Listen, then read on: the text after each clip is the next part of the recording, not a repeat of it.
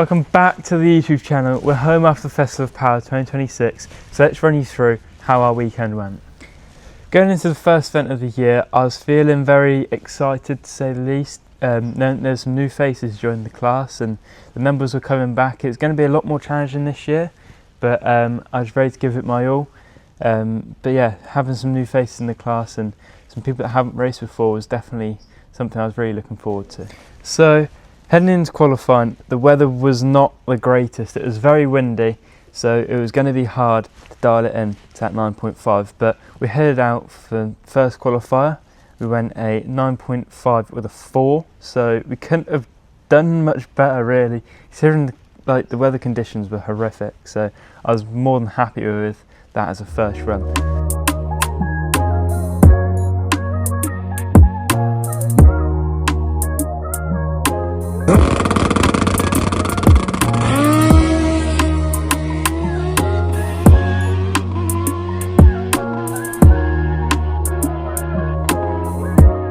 So yeah, that was great. So after day one, we finished qualifying in the number 1 spot with a 9.54, with Dion Hartley not far behind with a 9.55. So yeah, day one was really good as an outcome.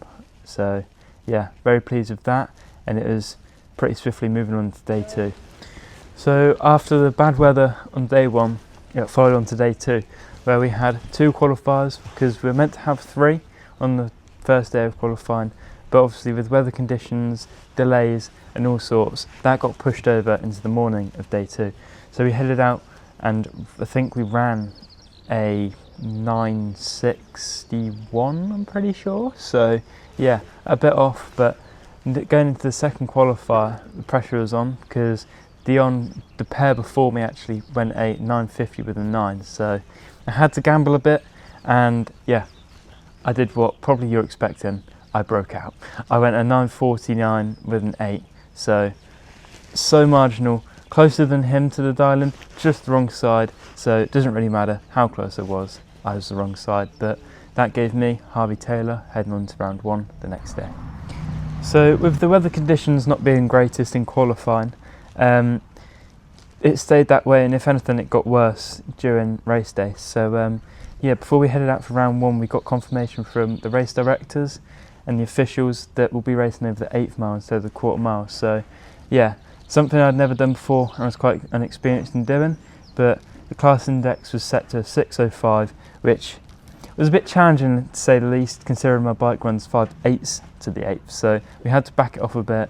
But yeah, heading on to round 1, the nerves were definitely there, although we were against Harvey Taylor, who was in his first ever round of competition, so I know we'd be in the same kind of boat heading into round 1.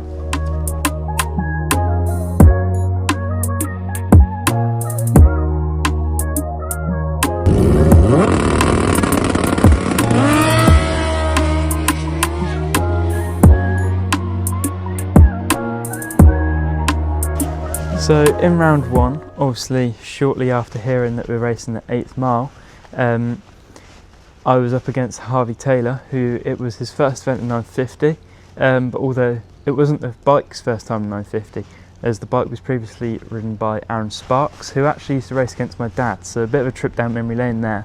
But yeah, it was great to have a good race against Harvey. Unfortunately, he pulled a cherry on the tree, which kind of gave me a freebie to try and test out where to shut off, ready for round 2, considering my bike is a bit too quick. So yeah, that was quite nice to give me that bit of an edge through to round 2, and try and gauge where I had to shut off ready for the next round against Thomas Cabot. Very late coming. Oh, that's really gutting actually.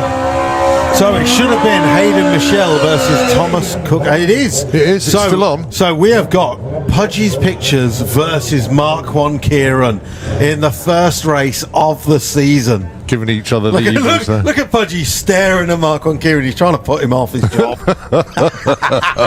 He's walking up behind Hayden. He's going to get in the Mark 1 Kieran shot as well. So 6.05 is the number we're looking for. Thomas Cook Abbott looks like he's got the bike dialed back in, but he lifts off the throttle just before the finish line, and the win goes to Hayden Michelle. 6.05 on a 6:05 index. There you go. Hayden Michelle, the first one to run a 6:05 in the 6:05 class. So obviously, as everyone knows, there's a bit of history in between me and TCA Racing, Thomas Cook Abbott.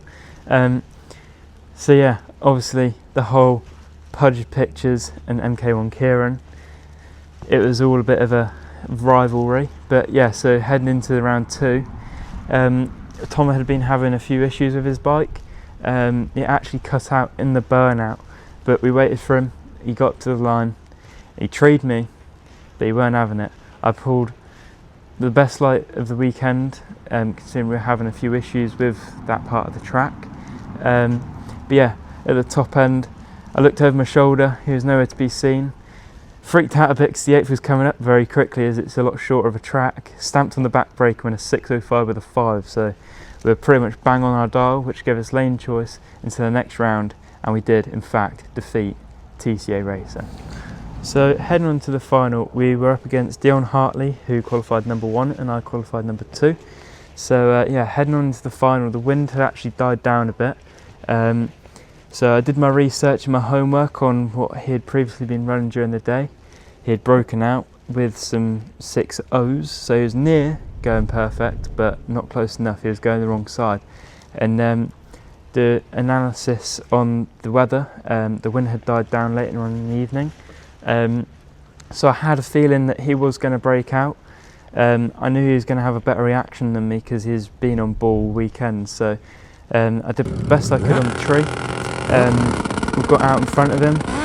I stayed in lower gear, looked over my shoulder, shut the throttle, engine braked, watched him fly past and break out, and we took the win with a 6:08. So that couldn't have gone much better. Had a plan, we stuck to it, and yeah, went exactly as we could have wished. So that has given us the win in the Festival of Power 2026 and gives us a bit of a jump on the championship heading on to the second round in a few weeks' time.